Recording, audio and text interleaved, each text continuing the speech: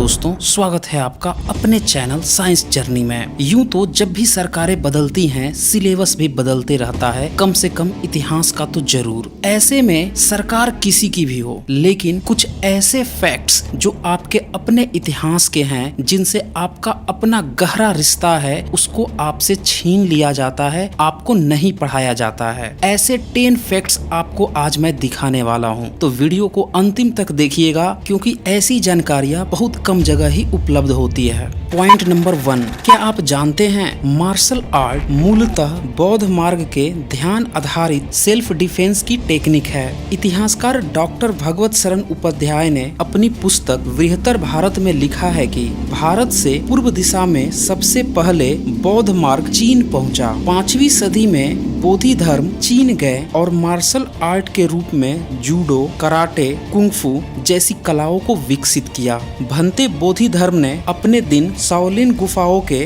बौद्ध विहार में गुजारे थे और यही शाओलिन के बौद्ध विहार मार्शल आर्ट की जन्म स्थली मानी जाती है।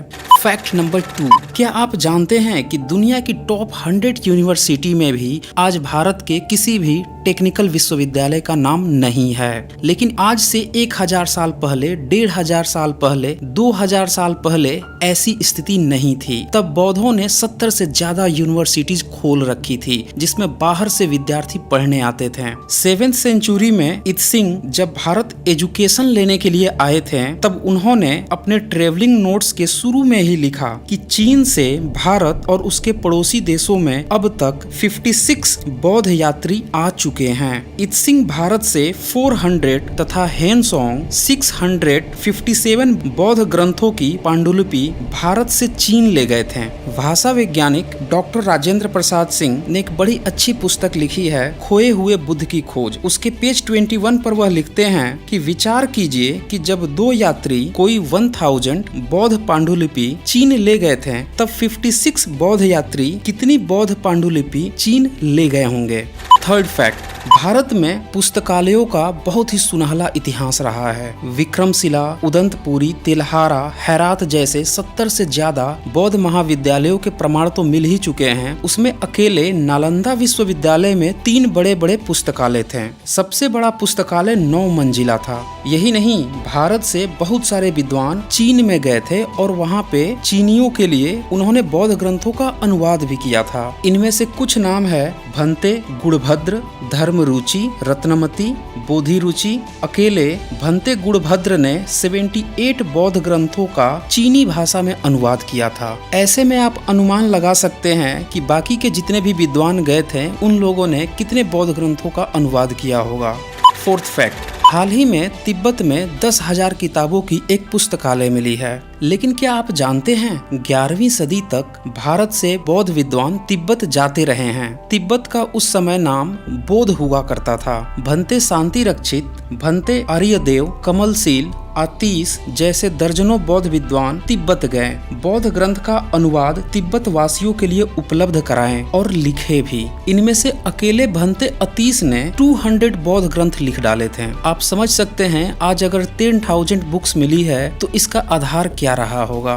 फैक्ट नंबर 5, आपने पुस्तकालयों में पुस्तक तो देखी होगी, रॉक इंस्क्रिप्शन देखे होंगे, लेकिन बौद्ध विश्वविद्यालय इतने ज्यादा पारंगत थे कि इनने अपनी ईंटों तक पर बौद्ध साहित्य लिखा है। जी हाँ, नालंदा की सारी किताबें जला दी गईं, लेकिन एक्सकेवेशन से वहाँ की जो ईंटें निकली है उस पर भी बौद्ध साहित्य लिखा हुआ मिला है। राहुल संस्कृत्यायन जब तिब्बत गए थे तो वहाँ से बहुत सारी पांडुलिपियां खच्चरों पर लाद कर लाए थे, पत्थरों पर लिखे हुए रॉक्स इंस्क्रिप्शन लेकर आए थे और साथ में सोने चांदी की इंक से लिखी हुई अभिलेख भी लेकर आए थे। आप समझ सकते हैं भारत का गोल्डन पीरियड एजुकेशन के लिए ही जाना जाता था।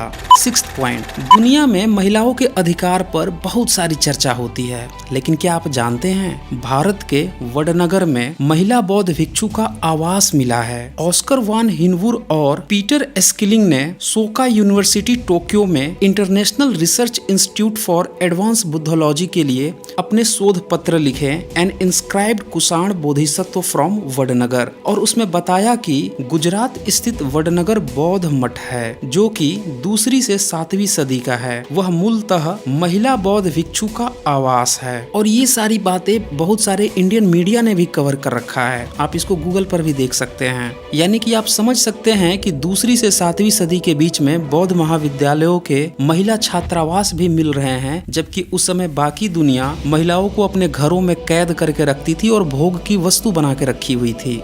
फैक्ट नंबर 7, भारत में कुछ लोगों ने ये गलतफहमी फैला रखी है कि बुद्ध ने यज्ञ का विरोध किया था, जबकि सच्चाई यह है कि बुद्ध के समय और उनके पहले न यज्ञ होते थे न हवन होते थे। बुद्ध ने बलि प्रथा का विरोध किया था और बलि प्रथा दुनिया के कोने कोने में पाई गई है। बलि की परंपरा केल्ट लोगों में भी थी, स्वालिक लोगों में भी और जर्मेनिक लोगों में भी, जबकि ये लोग तो यज्ञ हवन नहीं करते थे। ये बलि प्रथा मेसोपोटामिया हो या फेनिसिया हो या फिर अफ्रीका, यहाँ पे भी पाई गई, लेकिन ये लोग भी यज्ञ हवन नहीं करते थे। दरअसल यज्ञ, जिसे कि यज्ञ कहा जाता है जेंद अवस्था में, वहाँ से आया है और वो बुद्ध के बाद काफी बाद में आया है। लेकिन हमारे जो इतिहासकार हैं उनकी आदत होती है पिछले 100-200 सालों की चीज को उठाकर 3000 साल पहले, 4000 साल पहले फिट करने की, इसीलिए इस तरह की गलतफहमियां ये लोग फैला देते हैं। फैक्ट नंबर 8, गौतम बुद्ध की मां का नाम महामाया नहीं बल्कि लुम्बिनी था। भाषा वैज्ञानिक डॉक्टर राजेंद्र प्रसाद अपनी इसी पुस्तक खोए हुए बुद्ध की खोज में पेज 69 पर लिखते हैं कि बुद्ध का जन्म रास्ते में हुआ था, तब उस जगह की पहचान नहीं थी, वहाँ पे जंगल था। बुद्ध के जन्म स्थान बुद्ध की मां लुम्बिनी के नाम पर प्रचलित हो गया। बाद में लुम्बिनी ही रुमनदेई कही जाने लगी और लोग रुमनदेई की वहाँ पे पूजा भी करने लगे। अब अशोक का जो पिलर इंस्क्रिप्शन है उसको लोग रुमनदेई कह के पूजा पाठ कर रहे थे अंग्रेजों के समय में। यानी रुमनदेई कोई और नहीं, बुद्ध की माँ का नाम लुम्बिनी का ही बिगड़ा हुआ रूप है। फैक्ट नंबर 9, बुद्ध मार्ग को अक्सरहां लोग रिलीजन, मजहब या कार्ल मार्क्स ने जिसे अफीम कहा है वो वाला धर्म समझ लेते हैं, जबकि सम्राट अशोक ने आज से 2300 साल पहले ही यह क्लियर कर दिया था कि धम्म रिलीजन नहीं है। जैसा कि आप जानते हैं कि सम्राट अशोक ने द्विभाषीय इंस्क्रिप्शन भी लिखवाए थे, तो उन्होंने धम्म का अनुवाद ग्रीक में यूसेबेइया कराया है। आप कंधार के द्विभाषीय इंस्क्रिप्शन पर खुद इसे देख सकते हैं, जबकि ग्रीक में रिलीजन को थ्रिस्किया कहा जाता है। अब रिलीजन में, मजहब में, अफीम वाले धर्म में गॉड, अल्लाह, ईश्वर होता है, जबकि धम्म में ईश्वर, अल्लाह, गॉड का कोई स्थान नहीं। अब लास्ट फैक्ट नंबर 10, क्या आपको पता है नालंदा विश्वविद्यालय की स्थापना गुप्त वंश में नहीं बल्कि मौर्य वंश में ही हो गई थी। जी हाँ, सम्राट अशोक ने एक विशेष प्रकार की ईंट चलाई थी जिसे अशोक ईंट के नाम से भी जाना जाता है। इसकी मोटाई 7.5 सेंटीमीटर होती है और ये ईंट न तो प्राक हड़प्पा काल में पाई गई, न ही कुषाण काल में और न ही गुप्त काल में, लेकिन ये ईंट जब नालंदा यूनिवर्सिटी की एक्सकवेशन हो रही थी तो वहाँ के साइट 1A पर पाई गई है। इस पर भाषा वैज्ञानिक डॉक्टर राजेंद्र प्रसाद अपनी इसी पुस्तक खोए हुए बुद्ध की खोज में लिखते हैं कि एक्सकवेशन से यह सच सामने आने के बाद भी कि नालंदा यूनिवर्सिटी मौर्य काल के दौरान ही बन गई थी, इसके बाद भी कुछ इतिहासकार गुप्त काल का रट्टा मार रहे हैं। दोस्तों, अगर ऐसी ही और भी अगर आपको रोचक जानकारी चाहिए तो आज ही आप खोए हुए बुद्ध की खोज पुस्तक खरीद लीजिए, जिसके लेखक हैं भाषा वैज्ञानिक डॉक्टर राजेंद्र प्रसाद सिंह। इसका लिंक मैंने डिस्क्रिप्शन में दे दिया है, वहां से आप इसे ऑर्डर करके मंगा सकते हैं। साथ ही दोस्तों, अगर साइंस जर्नी से आपको डिबेट करनी है तो मेरे डिबेट चैनल रेशनल वर्ल्ड को भी आप सब्सक्राइब कर लीजिए। वहां पे आपको Monday, Sunday, Thursday 7 PM onwards पे आपको बहुत ही बेहतरीन डिबेट्स देखने को मिलेंगी और बहुत सारी अच्छी रोचक जानकारियां भी लाइव देखने को मिलेगी। वहां पे हम लोगों से आप बात भी कर सकते हैं। तो जल्द ही मिलते हैं नए वीडियो के साथ। आज बस इतना ही। धन्यवाद।